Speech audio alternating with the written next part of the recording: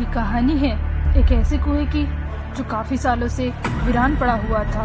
आसपास के लोग ऐसा बताते हैं कि उस कुएं में एक शैतान रहा करता है। जो भी उस कुएं से पानी निकालता वो मारा जाता। इस कारण उस कुएं को वहाँ के लोग भूतिया कुआं भी कहा करते थे। और उस कुएं से पानी निकालना तो दूर, लोग उसके पास जाना भी पसंद नहीं करते थे। और कुछ ही सालों में उस कुएं के आसपास रहने वाले भी अपना घर छोड़कर वहाँ से कहीं दूर चले गए। सरजू अपने गांव का एक छटा हुआ बदमाश आदमी था। वो आए दिन कुछ न कुछ चोरी करके गांव से बाहर भाग जाया करता था। सरजू गांव की छोटी मोटी चोरी छोड़कर अब शहर में चोरी करने की सोचने लगा। और एक दिन वो बस पकड़ के शहर आ गया।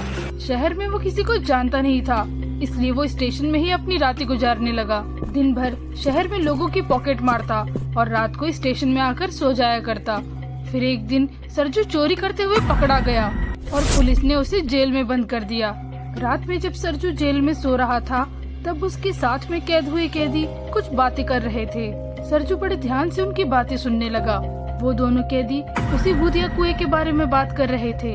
वो लोग कह रहे थे कि वो जगह इतनी ज्यादा डरावनी है कि पूरा इलाका अब खाली हो चुका है और इस शहर में किसी की इतनी हिम्मत नहीं कि वो वहाँ पे जाए। तभी सरजू अचानक से उनके बीच बोल पड़ा और उस कुएं के बारे में जानने लगा।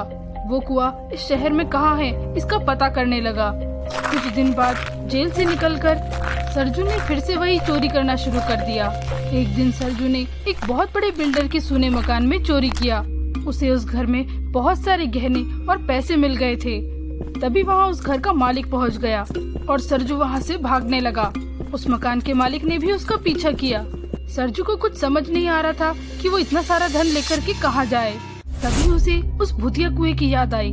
सरजू भूत प्रेत को नहीं मानता था, इसलिए वो उस कुएं के पास जाने के लिए निकल गया। सरजू जब उस कुएं के पास पहुंचा तो उसने देखा कि वो इलाका एकदम सूना था और दूर दूर तक उसे वहाँ कोई भी दिखाई नहीं दे रहा था। सरजू को ये जगह उसके चुराए हुए सामान को छुपाने के लिए एकदम सही लगी। वो उस कुएं के पास ही अपना चुराया हुआ सारा धन निकाल करके बैठ गया और उसने आज क्या क्या चोरा है ये सब देखने लगा। तभी उसे कुएं के अंदर से कुछ आवाज आने लगी। थोड़ा घबराते हुए सरजू उस कुएं के पास गया और कुएं के अंदर झांक करके देखने लगा। चांद की रोशनी में उस कुएं के अंदर का पानी चमकते हुए दिख रहा था, लेकिन उसे अचानक से आवाज आना बंद हो गई। सरजू ने देखा कि कुएं के अंदर तो कोई भी नहीं है और जैसे ही सरजू पीछे मुड़ा, उसने देखा कि अंधेरे में एक काली परछाई उसके चुराए हुए सामान के पास है और उस परछाई की सिर्फ लाल आंखें ही दिखाई दे रही थी। तभी उस काली परछाई ने चुराए हुए सामान से एक सोने का कंगन उठाया और उसे लेकर वो कुएं के अंदर कूद गया। सरजू कुछ समझ नहीं पाया कि उसके सामने आखिर ये सब क्या हुआ। सरजू ने जल्दी से अपना सामान उठाया और वहीं पास के एक सोने से मकान में जाकर के छुप गया और रात को सोते वक्त भी उसी काली परछाई के बारे में सोचने लगा। उसे लगा कि अगर कि वही शैतान है तो उसने आखिर सरजू को वहाँ से जाने क्यों दिया। तभी उसके दिमाग में एक आइडिया आया।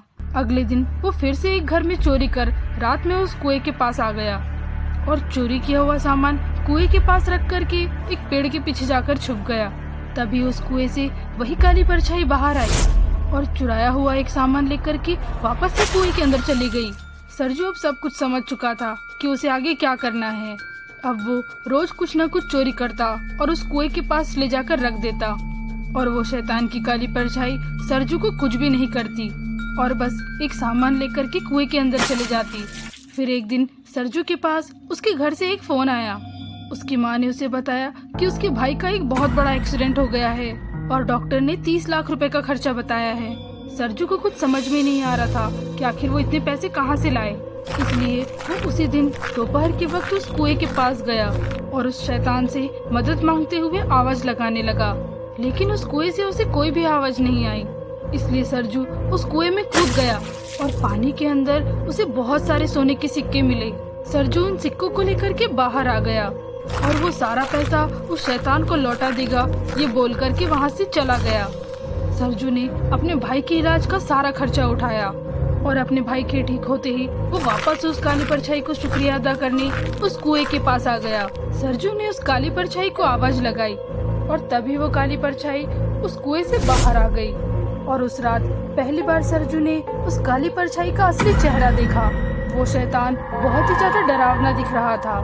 थोड़ी देर तक तो सरजू एकदम सहम चुका था। फिर उसने रोते हुए उस शैतान को धन्यवाद कहा, क्योंकि उसकी मदद से उसके भाई की जान बच चुकी थी। शुक्रिया अदा करने के बाद जब सरजू वापस जाने लगा, तब उसे याद आया कि वो तो आज उस शैतान के लिए कुछ लाना ही भूल गया।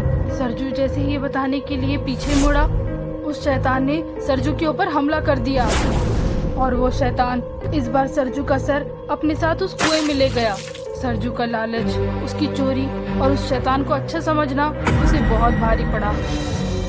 दोस्तों, अगर आपको हमारी कहानी पसंद आए तो चैनल को लाइक, शेयर और सब्सक्राइब जरूर करें।